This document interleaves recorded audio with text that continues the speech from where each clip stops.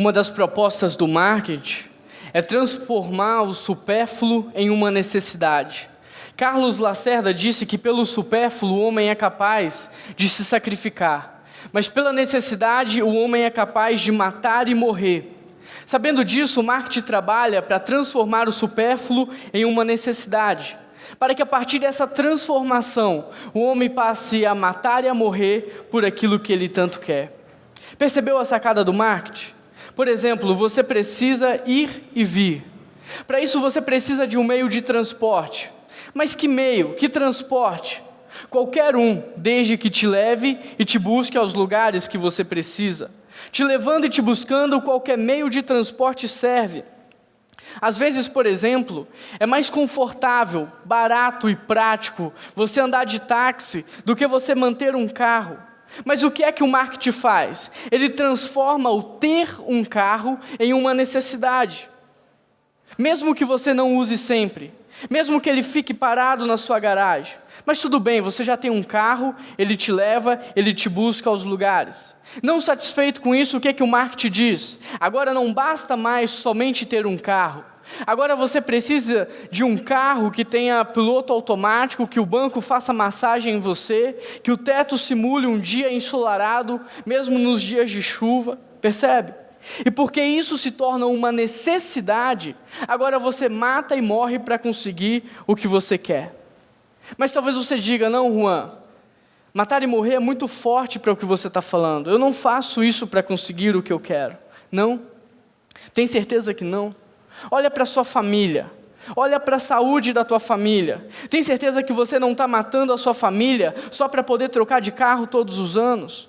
Tem certeza que você não está matando os seus filhos só para adquirir mais um imóvel? Tem certeza que você não está se matando só para manter um estilo de vida acima da média? Esse é só um exemplo para te mostrar que nem tudo aquilo que você julga necessário ou uma necessidade, de fato é. A nossa cultura, por natureza, ela gera o descontentamento. Por natureza, ela tenta criar o descontentamento em nós.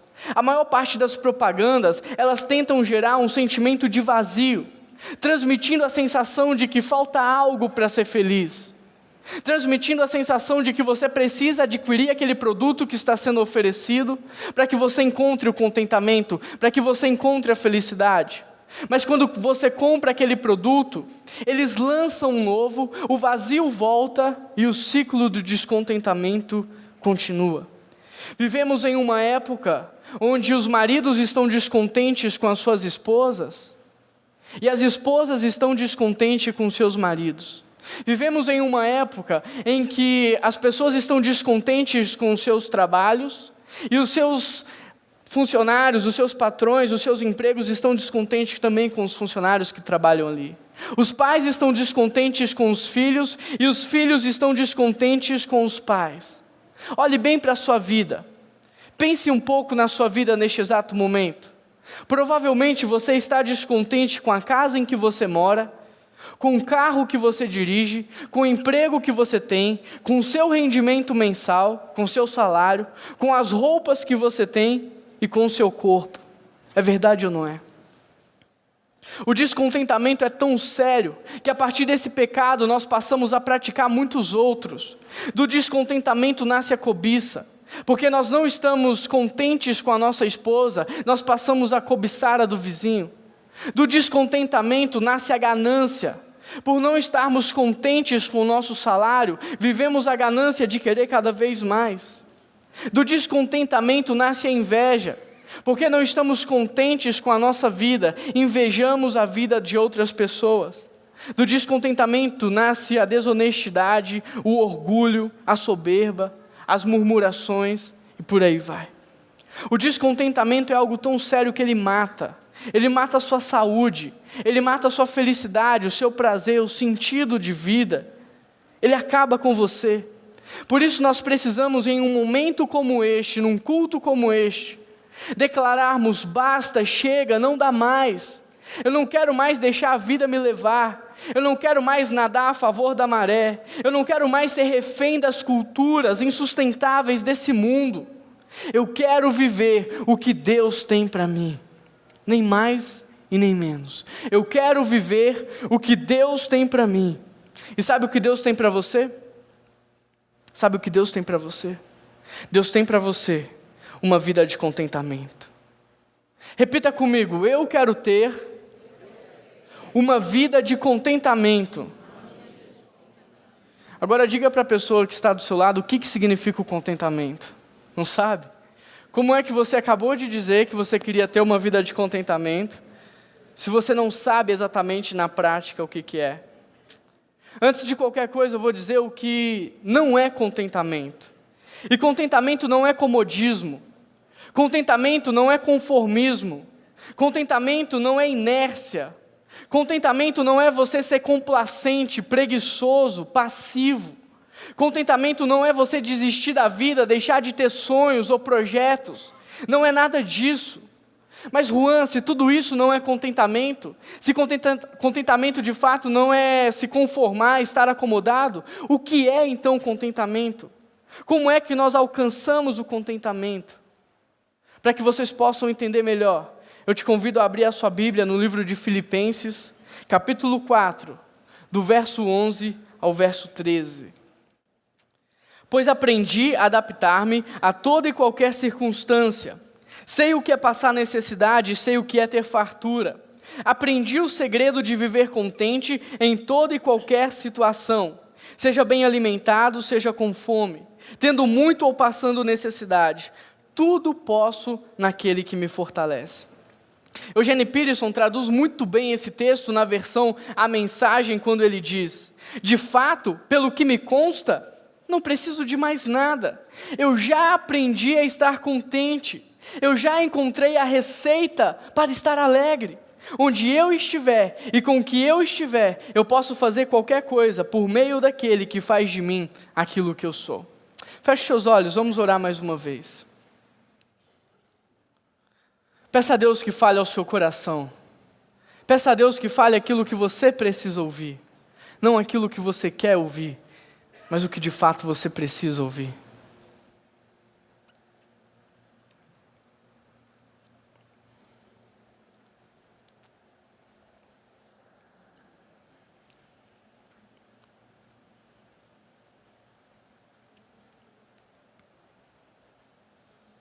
Senhor Deus e eterno Pai, nos colocamos diante do Senhor nesse momento.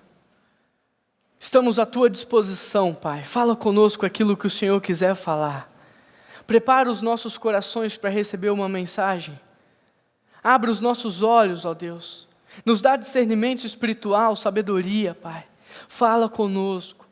A Tua palavra ela é viva e eficaz. E que por meio da Tua palavra o Senhor transforme a nossa maneira de enxergar. O Senhor renove a nossa mente. O Senhor mude a nossa vida, Pai. Deus, eu me coloco nesse momento também à Tua disposição. Usa a minha vida. E que toda honra e que toda glória seja dada ao Senhor, hoje e sempre. Amém. No mundo há dois tipos de pessoas, ou dois estilos de vida. Os pobres e os ricos. Qual desses dois estilos de vida você acha que entende melhor, participa melhor e vive melhor o contentamento? Os pobres ou os ricos? Pense um pouco. Sabe qual é a resposta? Nenhum deles. Porque o dinheiro não pode comprar o contentamento e nem a pobreza pode fornecê-la e produzi-la. Mas Juan, então o que é o contentamento? Como ele é atingido? Como é que nós alcançamos o contentamento? O contentamento é um dos grandes mistérios do cristianismo, porque ele não pode ser encontrado. Ele não é uma atitude externa, mas ele é um sentimento interno que gera uma atitude para com o mundo. Paulo pegou essa palavra emprestada dos estoicos. E na cultura e no contexto dos estoicos, essa palavra, contentamento, representava uma espécie de autossuficiência, na qual eles chegavam a um nível onde eles não precisavam de nada e nem de ninguém. Quando um pequeno objeto quebrava, eles diziam: eu não me importo. Quando um animal morria, eles diziam: eu não me importo. Quando eles viviam uma situação complicada, eles diziam: eu não me importo. Até chegarem ao nível de olharem para as pessoas da sua própria família e dizerem: eu não me importo com você. Mas Paulo, quando pega essa palavra emprestada dos estoicos, ele transforma o sentido dessa palavra. Porque para Paulo, contentamento não significa autossuficiência a ponto de você não precisar de nada e nem de ninguém. Contentamento para Paulo significa sim autossuficiência, mas em relação às dificuldades, às tribulações, os problemas da vida. Porque Paulo tinha autossuficiência, mas não nele mesmo, mas em Cristo que habitava nele. Por exemplo, em diversos momentos da vida de Paulo, ele poderia ter se sentido abandonado. Mas por que ele não tinha motivos para isso? Por que ele não sentiu isso? Porque Cristo habitava nele. Muitos aqui talvez não conheçam tão bem a vida de Paulo. Por isso eu queria ler um pequeno trecho, mostrando o que Paulo passou e o que ele viveu. Olha o que diz. Ora, trabalhei muito, fui muitas vezes encarcerado, fui espancado mais do que eu posso contar. Em vários momentos eu estive à porta da morte. 5 vezes levei 39 chibatadas dos judeus. 3 vezes eu fui espancado pelos romanos. 1 vez eu fui apedrejado. Naufraguei 3 vezes, fiquei 1 dia e 1 noite perdido no mar. Em viagens difíceis, ano após ano, tive de atravessar rios, enfrentar ladrões, lutar contra amigos e inimigos. Estive em risco na cidade e também na zona rural. Enfrentei os perigos sobre o sol no deserto, mas também nas tempestades do mar. Fui traído por aqueles que pensei ser meus irmãos. Sei o que é trabalhar duro, passar noites longas e solitárias sem dormir. Já fiquei muito tempo sem comer. Sofri com o frio e com a falta de agasalho. Para aqueles que não conhecem, esse é o Paulo que nos ensina sobre o contentamento. Este é o Paulo que disse ter aprendido o segredo do contentamento. Esse é o Paulo que faz uma declaração maravilhosa: eu aprendi a viver contente em toda e qualquer situação. Ao olhar para um texto como este, eu faço uma pergunta para ele: por que, Paulo? Por que você está contente? E então ele me responde: porque eu aprendi o segredo. Paulo, nos faça um favor, compartilhe conosco nessa noite o segredo do contentamento. Então ele diz: olhe para a minha vida. Olhe para a minha vida e você vai aprender o segredo do contentamento. Após lermos esse texto, só podemos chegar a uma conclusão: ninguém nasce contente. O contentamento não é um atributo natural do homem caído. Nós precisamos aprender o contentamento para experimentarmos uma vida plena. O contentamento, ele não inunda o seu coração só porque você faz uma oração nesse sentido. O contentamento vem de um processo de mudança, de transformação, de renovação de mente. Por isso, não importa a situação que você esteja vivendo, a dificuldade, a luta, a enfermidade, não importa o seu nível de descontentamento, há uma saída para você. E nós vamos aprender um pouco mais sobre o contentamento, olhando para a vida de Paulo. Em primeiro lugar, para viver uma vida de contentamento, você precisa reconhecer que Deus tem o controle de tudo. Que Deus tem o controle de tudo. Atos 16 relata o momento em que Paulo vai para Filipos. Ele chega na cidade de Filipos, ele conhece uma mulher de negócios, ele prega o evangelho para ela e a sua família, e a partir da mudança de vida dessa família, a igreja começa a ser plantada na cidade de Filipos. Logo após isso, Paulo expulsa o espírito de adivinhação de uma menina escrava.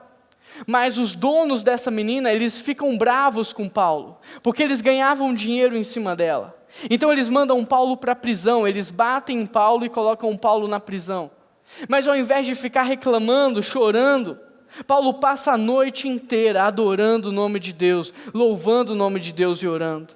E Deus responde o clamor de Paulo, fazendo com que as paredes da prisão estremeçam. E as portas da prisão se abrem, as correntes caem. E a atitude de Paulo, naquele contexto, faz com que ele tenha a oportunidade de pregar o evangelho para o carcereiro e toda a sua família. E é interessante porque à medida em que a igreja de Filipos vai crescendo, é nítido que a igreja vai ajudando financeiramente Paulo nas viagens missionárias que ele fazia. Mas esse texto que acabamos de ler nos mostra que a igreja só conseguiu apoiar Paulo durante um breve período de tempo. Eles não conseguiram ajudar Paulo por muito tempo. Mas Paulo estava bem, ele ficou tranquilo com isso. Paulo, ele não entrou em crise, porque ele tinha uma confiança paciente em Deus. Ele tinha uma confiança paciente na provisão de Deus. E por causa disso, ele não se entregou ao pânico. Paulo estava certo que em determinado momento Deus agiria e supriria as suas necessidades. Hoje, olhando para essa história, talvez você diga: Juan, qual é o ponto? Qual é o cerne? Aonde você quer chegar?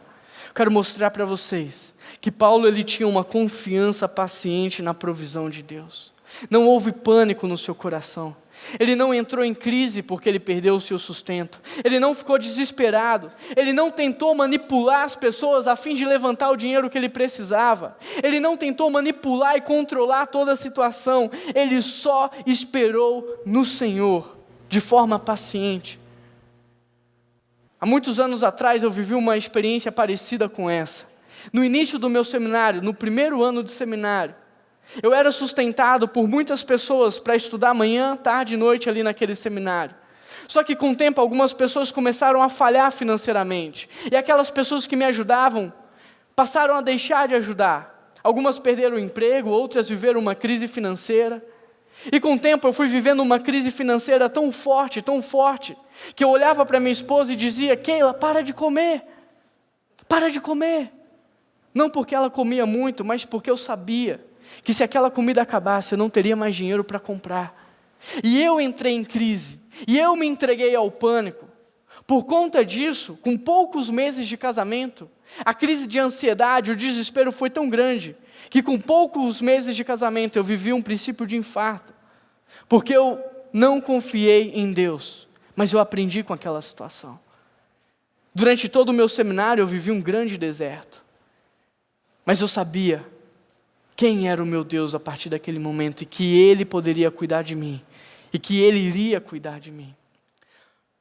Todos nós podemos ter nessa noite uma confiança paciente em Deus, uma confiança paciente na provisão de Deus, porque tudo está no controle e nas mãos de alguém muito maior do que eu e você.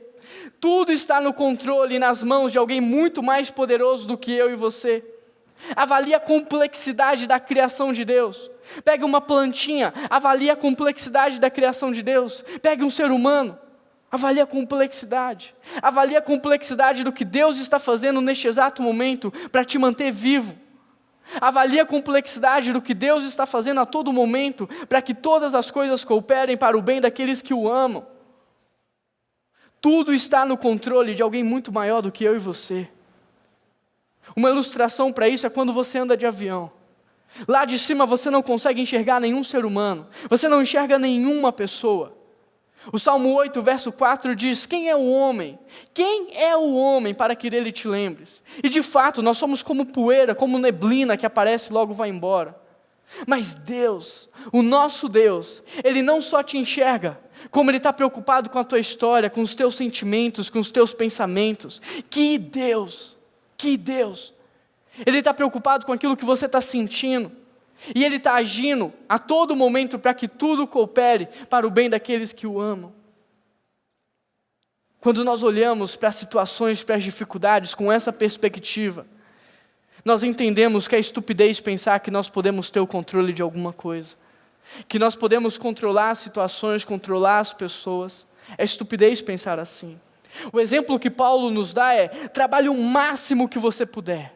Trabalhe o máximo que você puder e fique contente, porque o resultado está nas mãos do Senhor.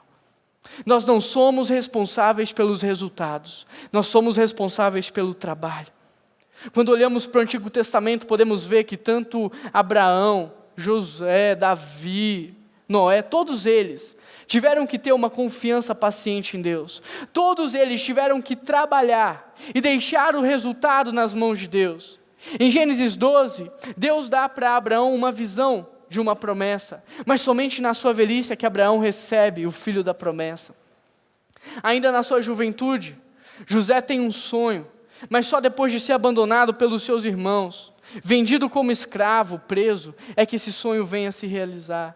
Davi ainda na sua juventude é ungido como rei, mas só depois de muitas lutas, provações, tribulações, é que ele se torna de fato o rei de Israel. O verdadeiro contentamento vem de aprender que Deus é soberano, que Deus tem o controle, não apenas quando Ele intervém de forma sobrenatural na sua vida, mas porque Ele é um grande maestro e Ele está regendo toda a criação.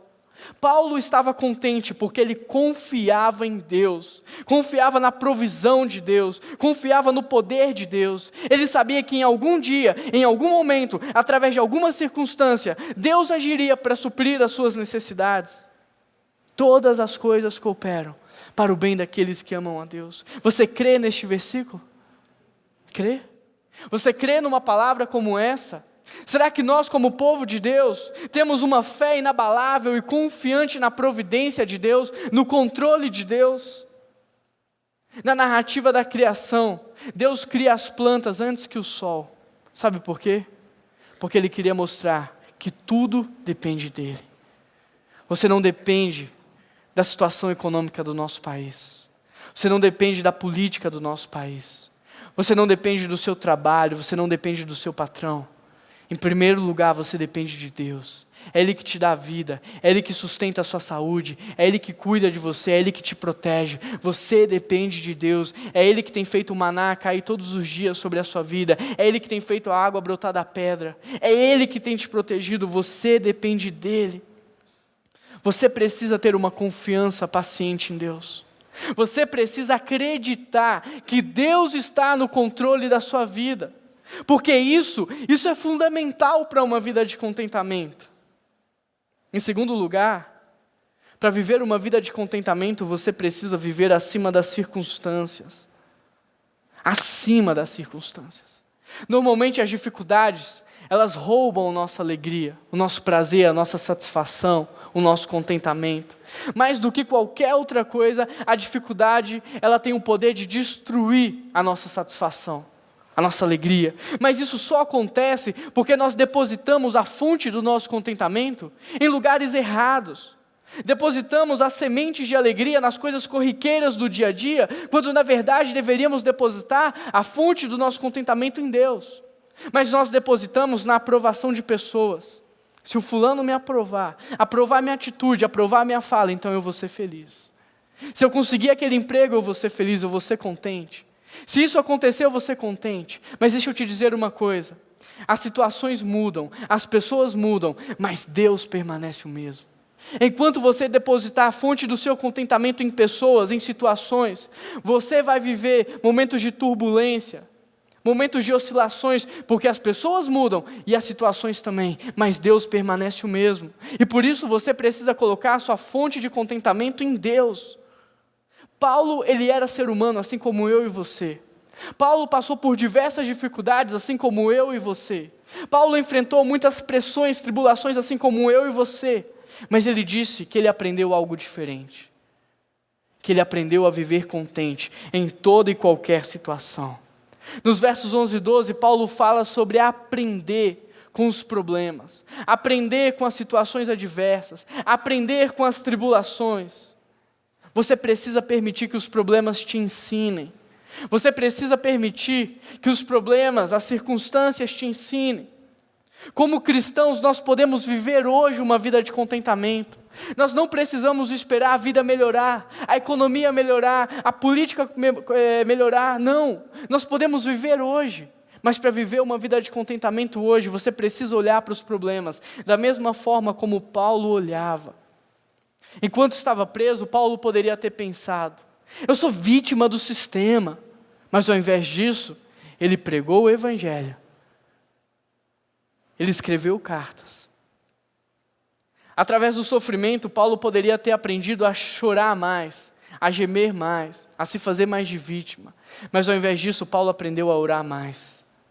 Quando Paulo estava preso, ele poderia ter dito: eu sou prisioneiro de Nero. Mas ao invés disso, ele disse: eu sou prisioneiro de Cristo. Porque quando Ele quiser, Ele me tira daqui. Ao invés de entrar em crise, ao invés de entrar em desespero, ao invés de entrar em pânico, apegue-se à promessa de que todas as coisas cooperam para o bem daqueles que amam a Deus. Toda crise, todo problema, toda enfermidade, toda doença, todo desemprego, tudo isso é passageiro, tudo isso é temporário. E além de ser temporário, coopera para o seu crescimento. Que Deus! Que Deus! Paulo suportou muitas situações difíceis, mas com ela, ele aprendeu a ser contente. Como é que você está olhando para os seus problemas? Como é que você está olhando para as suas dificuldades? Como uma vítima ou como um aluno querendo aprender algo novo? Como é que você está olhando para as suas dificuldades? De forma carnal ou de forma espiritual, querendo crescer, amadurecer? Como é que você está olhando para a sua vida? Olha o que Paulo nos ensina, a nossa leve e momentânea tribulação. Eu não sei o que você está vivendo, eu não sei o tamanho do seu problema, mas olha o que Paulo diz, a nossa leve e momentânea tribulação produz para nós eterno peso de glória, acima de toda a comparação, não atentando nós para aquilo que se vê, porque tudo que se vê é passageiro, é temporário, mas aquilo que não se vê é eterno. Como é que você está olhando para os seus problemas? Como é que você está olhando para as circunstâncias que você está vivendo? Em terceiro lugar, para viver uma vida de contentamento, não fique comparando a sua vida. Não compare a sua vida.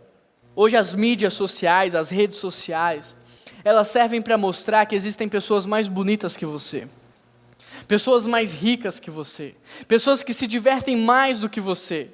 Hoje nós entramos nas redes sociais para conferir se a nossa vida é boa ou não em relação à vida dos nossos amigos. Só que o que ninguém sabe ou percebe é que nas redes sociais não existem pessoas, mas personagens. Porque as pessoas estão criando vidas perfeitas, só com alegria, amor, paz, diversão, empolgação. É só isso que você vê nas redes sociais. Ninguém posta falando das suas crises, das suas dificuldades, dos seus pecados, dos seus problemas. Ninguém posta foto feia, já percebeu? Só quem é feio mesmo, porque aí não tem jeito. Nas redes sociais, cada pessoa é mais perfeita que a outra. Muitos cristãos estão descontentes, não porque eles não estão indo bem na vida, mas porque eles estão olhando para pessoas que estão indo melhores do que eles. Muitos cristãos não estão contentes, não porque não estão indo bem na vida, mas porque eles estão olhando para pessoas que estão indo melhor do que eles. E essa atitude faz com que você, ao invés de agradecer a Deus, passe a reclamar e a murmurar. Na semana passada, o Israel citou uma frase do Shed, na qual ele dizia: quem reclama, louva ao diabo. E quem agradece, louva a Deus. Quando você reclama, você louva o diabo, mas quando você agradece, você louva a Deus. Quando você se compara a outras pessoas, você desonra a Deus, sabia? Sabe por que você desonra a Deus? Porque você está rejeitando a forma como Ele te fez. Quando você compara a sua vida com outra pessoa, você está desonrando a Deus, porque você está rejeitando aquilo que Ele te deu e aquilo que Ele está fazendo na sua vida. Além disso, quando você compara a sua vida, duas coisas podem acontecer com você. Alternativa A, você se torna um orgulhoso, porque você se vê acima das pessoas. Você se vê melhor do que as pessoas. Alternativa B, você se torna um invejoso, porque você percebe que ele tem algo que você não tem. Se comparar, em nenhuma hipótese é legal. Você só perde. A maior dificuldade que nós temos em nos contentarmos não é proveniente do fato de que é impossível viver com menos, mas sim porque nós não queremos viver com menos, especialmente quando os nossos amigos estão vivendo com mais. A maior dificuldade que nós temos de nos contentarmos não vem do fato de que é impossível viver com menos, mas sim pelo motivo de que nós não queremos viver com menos, quando as pessoas estão vivendo com mais. Você nunca vai encontrar o contentamento olhando à sua volta, para aquilo que as pessoas têm, para aquilo que as pessoas não têm, para aquilo que elas são ou não. A única maneira de encontrar o contentamento é olhando para Jesus, para aquilo que Ele tem, para aquilo que Ele faz e para aquilo que Ele é. Em quarto lugar, para viver uma vida de contentamento, seja grato. Tenha um coração grato. Algum tempo atrás eu estava andando de forma apressada pelo corredor da igreja. Uma pessoa me pegou pelo braço, me segurou, olhou bem dentro dos meus olhos e disse: escuta, algum tempo eu tenho tentado falar com você, mas eu queria nesse momento aproveitar a oportunidade para agradecer por tudo que você tem feito pela minha família. E naquele momento, na correria daquele dia, eu parei, olhei bem dentro dos olhos daquela pessoa e eu acreditei, porque ela foi sincera. E como aquilo me marcou, como aquilo fez bem para mim. Eu não estava esperando, foi no meio da correria do dia a dia. E é interessante porque nós agradecemos as pessoas pelos presentes que nós recebemos. Nós agradecemos as pessoas pelos favores que nós recebemos. Mas quantas vezes nós paramos tudo o que nós estamos fazendo, elevamos os nossos olhos aos céus e dizemos: Deus, no meio da correria do meu dia a dia, no meio dessa loucura que eu estou vivendo, eu queria parar só para te dizer que eu sou grato ao Senhor pela vida que o Senhor me deu. Eu sou grato ao Senhor pela família linda que eu tenho. O Senhor sabe que eu vivo dificuldades na minha família, mas ela é linda do mesmo jeito. Eu amo a minha família do mesmo jeito. Quero te agradecer pela esposa, pelo marido, pelos filhos, Pai. Quero te agradecer porque eu tenho saúde para estar aqui trabalhando. Quero te agradecer porque no meio dessa crise eu estou em um trabalho. Quantas vezes nós paramos tudo o que estamos fazendo para agradecer a Deus? Quantas vezes? Recentemente eu ouvi a história de um menininho, um pré-adolescente, que queria ganhar uma graninha por fora. Então ele levanta cedo, arruma a sua cama. Depois ele vai guardar as roupas no armário, arruma a cozinha para sua mãe, lava o banheiro. E aí ele escreve um bilhetinho para a mãe, dizendo: mamãe deve ao filhinho R$10 por arrumar a cama, R$10 por lavar o banheiro, R$10 por lavar a louça, R$10 por guardar as roupas. A mãe chega em casa cansada do trabalho, pega o bilhetinho, percebe que ela deve ali R$40 para o filho, tira R$40 da bolsa, coloca em cima da mesa, mas ela decide escrever outro bilhetinho para ele. E ela coloca assim: filhinho deve à mamãe. Por ter te trazido ao mundo, nada. Por ter te dado à luz, nada. Por ter passado noite sem dormir, nada. Por ter te dado toda a roupa que você tem até hoje, nada. Toda a alimentação, nada. Por ter cuidado de você, te educado, nada. Filhinho deve à mamãe, nada. Quando o menino passa pela sala, pega o bilhete e junto está os R$40, ele lê o bilhete e ele começa a chorar. E ele sai correndo, pula nos braços da mãe, e ele começa a agradecer à mãe dele tudo que ele não tinha se dado conta que ela havia feito por ele. Tudo que ele nem tinha percebido, mas que ali parece que a ficha caiu, e ele começa a agradecer à mãe por tudo. Imagina se Deus escrevesse um bilhetinho desse para nós. Tudo o que Ele fez por você só no dia de hoje, para que você pudesse estar aqui nessa noite. Tudo o que Ele fez ao longo da sua história, para que você tivesse a família que tem, o emprego que tem, para que você estivesse aonde você está. Talvez nós ajoelharíamos neste exato momento, com os olhos cheios de lágrima, e começaríamos a agradecer a Deus, por tudo aquilo que Ele é, por tudo aquilo que Ele fez, por tudo aquilo que Ele tem feito e por tudo aquilo que Ele ainda fará. Sempre que eu leio a história dos 10 leprosos que são curados por Jesus, e eu vejo que só um volta para agradecer, eu fico irado.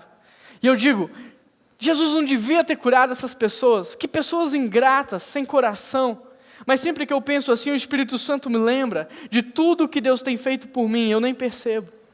Sempre que eu penso assim, o Espírito Santo me lembra de tudo que Deus tem feito por mim, eu nem me dou conta. De tudo que Deus tem feito por mim, eu não paro para agradecer. Nós estamos tão focados naquilo que a gente não tem, que a gente esquece de agradecer a Deus aquilo que Ele já nos deu. Mas Filipenses 4, 6 e 7 diz: aquele que dá graças ao Senhor, recebe dele a sua paz. Gratidão é a mais bela demonstração de confiança em Deus. Quando nós somos gratos a Deus, nós recebemos dele a sua paz. E essa paz é fundamental para que experimentemos de uma vida de contentamento. Em quinto lugar, para vivermos uma vida de contentamento, tenha poucas necessidades. Aqui nesse ponto está um dos grandes segredos de Paulo. Tenha poucas necessidades. Olha o que ele diz: alegro-me grandemente no Senhor, porque finalmente vocês renovaram o seu interesse por mim. Não estou dizendo isso porque eu esteja necessitado, mas porque eu aprendi a viver contente em toda e qualquer situação. Outra forma de dizer isso no nosso bom e velho português é: eu estou feliz porque você se interessou pela minha vida. Mas está tudo bem, eu estou tranquilo, eu não estou precisando de nada nesse momento. Eu tenho tudo o que eu preciso. É raro ver alguém chegar a essa conclusão, não é? Eu tenho tudo o que eu preciso. Normalmente a gente vê as pessoas dizendo, olha, eu preciso comprar aquilo, eu estou necessitando disso, eu preciso adquirir aquilo outro, mas não, eu estou contente porque eu tenho tudo que eu preciso, mas não, eu estou satisfeito, mas não, eu não preciso de mais nada. Poucas vezes na vida eu ouvi alguém chegar a essa conclusão. Não porque essa pessoa talvez não tivesse tudo o que ela precisasse, mas talvez porque ela quisesse ter mais do que realmente era necessário. As necessidades humanas são bem simples. Nós é que complicamos. Olha o que o Paulo diz para Timóteo. De fato, a piedade com contentamento é a grande fonte de lucro. Pois nada trouxemos para este mundo, e deste mundo nada nós levaremos. Por isso, se você tem o que comer e o que vestir, fique satisfeito. Para viver, nós precisamos de alimento, de abrigo e de vestimenta. Mas o que o marketing diz? Se tratando de alimento, tem que ser gourmet. Se tratando de vestimenta, tem que ser de grife. E se tratando de abrigo, tem que ser alto padrão. O segredo de Paulo é que ele se satisfazia com pouco. E eu traduzo esse ponto dizendo que contentamento não é o resultado de se ter grande riqueza. Contentamento não é o resultado de se ter grande riqueza, mas sim poucas necessidades. Olhe para a sua vida neste exato momento. Quais são de fato as suas necessidades para viver? Do que você realmente precisa para viver? A ciência diz que nós precisamos de 4 elementos para viver: água, ar, comida e luz. O que a Bíblia diz? Que Jesus é a fonte de água viva, que Jesus é o fôlego da vida, que Jesus é o pão da vida e que Jesus é a luz do mundo. Contentamento não é ter tudo o que nós queremos, mas é desfrutar de tudo o que nós temos. Contentamento não é ter tudo o que nós queremos, mas é desfrutar de tudo o que nós temos. Você tem conseguido desfrutar de tudo que você tem em Jesus? Porque Ele é a fonte de tudo. A fonte da água viva, Ele é o pão da vida, Ele é a luz do mundo. Ele é o fôlego da vida. Você tem conseguido desfrutar de tudo que Deus tem te dado? De tudo que Deus tem feito na sua vida? Recentemente eu vi a história de um homem que entra na sala do pastor da sua igreja. Ele já entra na sala desesperado, dizendo: pastor, eu perdi tudo. Eu perdi tudo, você não tem ideia, eu perdi tudo que eu tinha eu perdi. Aí o pastor olha para ele e diz assim: eu estou tão triste de saber que você perdeu sua saúde. E ele fala: não, pastor, a minha saúde eu não perdi, mas no resto eu perdi tudo. Eu sou tão triste de saber, meu filho, que você perdeu a sua fé. Ele diz: não, pastor, você não está me entendendo, eu não perdi a minha fé. Então eu estou tão triste de saber que você perdeu o seu Deus. Não, pastor, não perdi o meu Deus. Então o pastor para, olha para ele e diz: deixa eu ver se eu estou entendendo.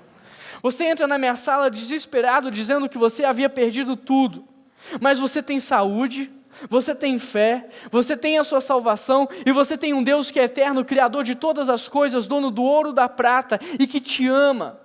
Eu chego à conclusão de que você não perdeu nada que de fato é importante. Você não perdeu nada que de fato é necessário para você viver. Contentamento não é o resultado de grande riqueza, mas sim de poucas necessidades. E tudo que nós precisamos, nós encontramos em Deus. Em sexto lugar, para ter uma vida de contentamento, tenha um estilo de vida correto. É muito importante você desenvolver um estilo de vida baseado na convicção dos planos de Deus para você nessa terra. Não nas circunstâncias, não nas oportunidades que surgem, não no contexto em que você está inserido, mas você precisa desenvolver um padrão de vida, um estilo de vida, de acordo com aquilo que Deus sonhou para você, de acordo com os planos de Deus para você. Porque ter muito não significa bênção de Deus. O diabo pode te dar muito, ele pode duplicar a sua riqueza, para que em tempo oportuno ele destrua o seu casamento. Destrua a sua relação com seus filhos, destrua a tua saúde. Ter muito não é significado de bênção de Deus.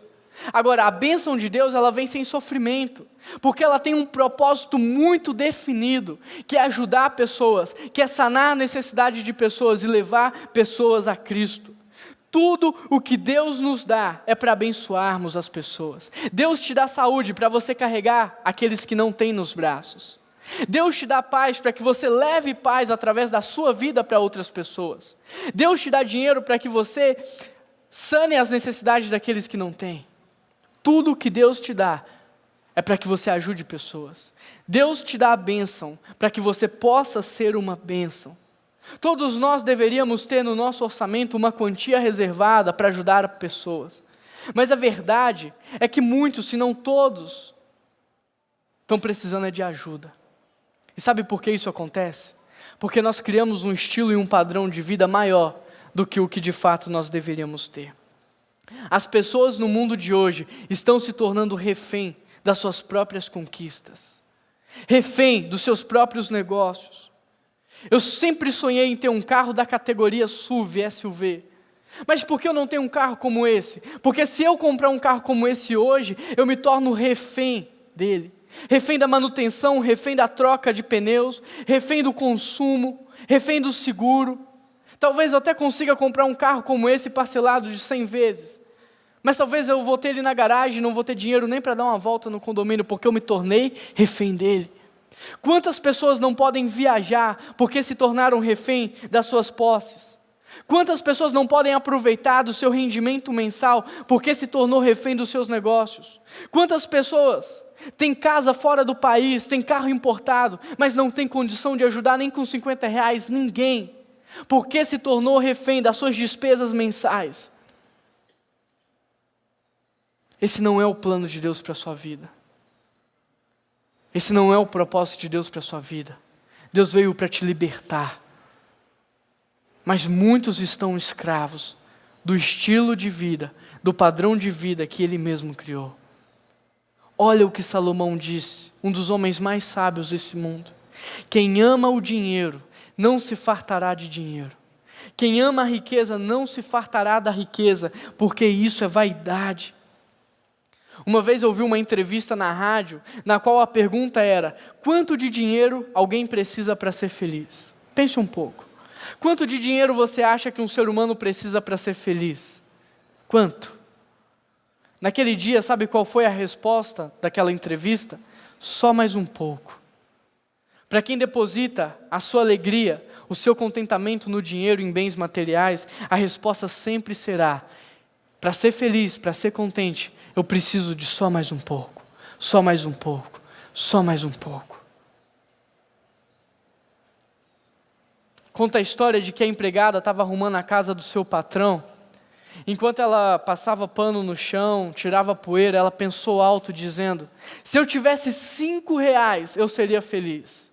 O patrão estava no escritório, mas ouviu ela dizer aquilo. Saiu da sua sala, pegou a carteira, tirou R$5 e colocou nas mãos dela. Enquanto ela saía para guardar o dinheiro, ele ouviu ela dizer: por que eu não falei R$10? Por que eu não pedi R$10? Porque para aqueles que depositam alegria no dinheiro, a contentamento em bens materiais, a resposta sempre será: eu preciso para ser feliz só de mais um pouco.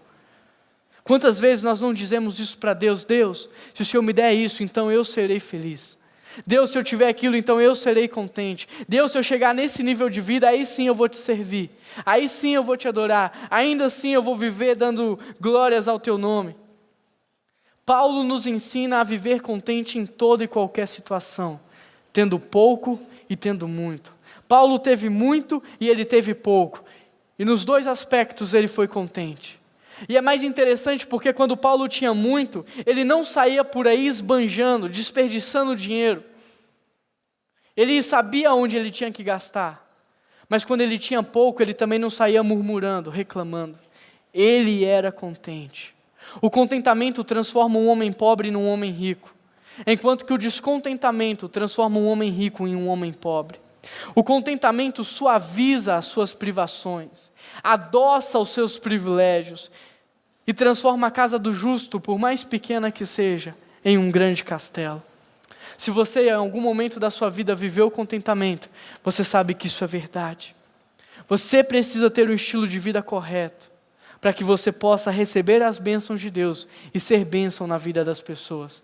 Isso é muito importante para uma vida de contentamento. Em sétimo lugar, para uma vida de contentamento, contribua generosamente. No início da carta aos Filipenses, olha o que Paulo diz: nada façam por ambição egoísta ou por vaidade, mas humildemente considerem os outros superiores a si mesmo. Paulo desejou, Paulo orou e Paulo ensinou os filipenses a não ficarem preocupados somente com as suas próprias necessidades, mas que eles se preocupassem com a necessidade de outros. E é interessante porque essa igreja fazia parte de uma região da Macedônia que era conhecida pela pobreza. Pobreza que é relatada em 2 Coríntios capítulo 8 e 9. Ao receber as ofertas, Paulo ele fica surpreso, porque ele sabia das limitações daquela igreja. Mas mesmo com tamanha limitação, eles foram tremendamente generosos, porque eles enviaram comida, roupa e dinheiro. Mas no versículo 17 a gente pode perceber o porquê Paulo fica realmente feliz. Olha o que ele diz: eu não estou procurando ofertas, mas sim o que pode ser creditado na vida espiritual de cada um de vocês. O apóstolo Paulo estava mais preocupado com as bênçãos que cairiam sobre a vida daqueles filipenses do que propriamente com a oferta recebida. Porque quem conhece Paulo sabe que a preocupação primordial dele não era roupa, alimentação, não era nada disso. Paulo ele estava preocupado com as bênçãos que aquele povo receberia ao praticar um ato de generosidade. As Escrituras nos ensinam muitos princípios sobre generosidade. Olha o que diz Provérbios 11, 24 e 25. Há quem dê generosamente e vê aumentar suas riquezas. Outros retêm o que deveriam dar e caem na pobreza. O generoso prosperará. Quem dá alívio, alívio receberá. Provérbios 19, 17. Quem trata bem os pobres, empresta ao Senhor, e Ele o recompensará. 2 Coríntios 9, 6. Lembrem-se, aquele que semeia pouco, pouco colherá. Mas aquele que semeia com fartura também irá colher. Muitos deixam de experimentar uma vida de contentamento porque retém tudo para si, enquanto a Bíblia nos orienta a repartir, a abençoar, a dar, a entregar. Um homem egocêntrico, que retém tudo para si, que só se preocupa com as suas necessidades, nunca será contente. Mas o homem que se preocupa com o outro, o homem que se preocupa com a necessidade do outro, esse vai experimentar bênção sobre bênção na sua vida. Deus deseja que todo cristão cuide do outro. E pelo fato do contentamento ser oposto da ganância, é que o contentamento te leva ao encontro do outro, te coloca em ação, te coloca em movimento. Se você viver só para si, você nunca será contente, porque o contentamento é fruto de uma vida dedicada aos outros. Para viver uma vida de contentamento, viva na expectativa da eternidade. Nós estamos desenvolvendo um conceito de vida que diz: toda vida é um processo para sanar as minhas necessidades. Tudo que eu faço, estudar, trabalhar, é para sanar as minhas necessidades. Não tem mais nada além disso. Eu só preciso viver, comprar, trabalhar para que as minhas necessidades sejam satisfeitas. Esse conceito vem do humanismo, de um mundo onde Deus não é concebido. E porque não há Deus, só o homem, toda a existência serve para me satisfazer. Mas quantos cristãos vivem dessa forma? Quantos cristãos não vivem debaixo dessa perspectiva, como se Deus não existisse? Quantos cristãos não estão vivendo somente para realizar os seus sonhos, sanar as suas necessidades, conquistar os seus mimos? A partir do momento que você descobre que existe um Deus e que existe uma vida após a morte, você não pode desperdiçar mais a sua vida tentando realizar os seus sonhos de forma frenética, satisfazer as suas necessidades de forma frenética. Quando você entende que existe um Deus e que há uma vida após a morte, você precisa passar a viver para satisfazer esse Deus. Não mais a sua vida, mas esse Deus. Você precisa viver na expectativa da eternidade, se preparando para a eternidade. Olha o que Paulo aconselha a Timóteo. Ordene aos ricos do presente mundo que não sejam arrogantes, nem ponham a sua esperança na incerteza da riqueza, mas que coloquem a sua esperança em Deus, que em tudo os provê para a sua satisfação. Ordene-lhes que pratiquem o bem, que sejam ricos em boas obras, generosos, prontos para repartir. Dessa forma, eles acumularão para si um tesouro, um firme fundamento para a era que há de vir, e assim alcançarão a verdadeira vida. Olha que interessante. Paulo ele relaciona a vida eterna com uma verdadeira vida. Nós estamos na expectativa de uma vida que jamais acabará. Nós estamos na expectativa de uma vida que trará satisfação eterna. Nós estamos na expectativa da verdadeira vida preparada por Deus para nós. Eu mal consigo imaginar como deve ser viver toda a eternidade em uma boa forma física, com uma boa mente e um bom espírito, uma boa forma mental, espiritual e emocional. Eu mal consigo imaginar como deve ser desenvolver a inteligência ao ápice, desenvolver todos os nossos dons, talentos e habilidades ao máximo. Eu mal consigo esperar o dia em que eu verei o Senhor face a face. Nós devemos viver na expectativa da eternidade. Mas talvez você tenha muitas dúvidas sobre como se preparar para a eternidade, como viver na expectativa da eternidade. Por isso pense por um instante, como é que você se prepara para morar num outro país? Primeiro você precisa adquirir autorização para morar lá. Depois você precisa aprender a língua, os costumes, praticar tudo isso aqui, para que quando você chegue lá você já esteja bem familiarizado. Até certo ponto você estaria vivendo aqui, como se você já estivesse vivendo lá. E é assim que você se prepara para a eternidade, vivendo aqui, como se você já estivesse vivendo lá. Conta a história de que um jovem brasileiro foi trabalhar na Índia, e lá ele conheceu um monge. E quando ele foi na casa desse monge, ele ficou surpreso, porque o monge só tinha um colchão, um pouquinho de roupa e um fogãozinho. E ele disse para o monge: cadê suas coisas? Cadê seus móveis? Cadê seu carro? O monge rebate com outra pergunta: cadê as suas coisas? O seu carro, a sua casa, os seus móveis? Aquele jovem disse: eu estou aqui a trabalho, eu não sou daqui. As minhas coisas estão em casa. No dia que eu voltar para minha casa, eu vou desfrutar de tudo que eu tenho. Então o monge também diz: eu não sou daqui, eu estou a caminho de casa. Quando eu chegar lá, eu vou desfrutar de tudo que eu tenho. Tem muita gente fazendo do caminho a sua morada. Viva na expectativa da eternidade. Viva na expectativa, se prepare para a eternidade. O contentamento é perceber que Deus já providenciou para você tudo o que você precisa para ser feliz.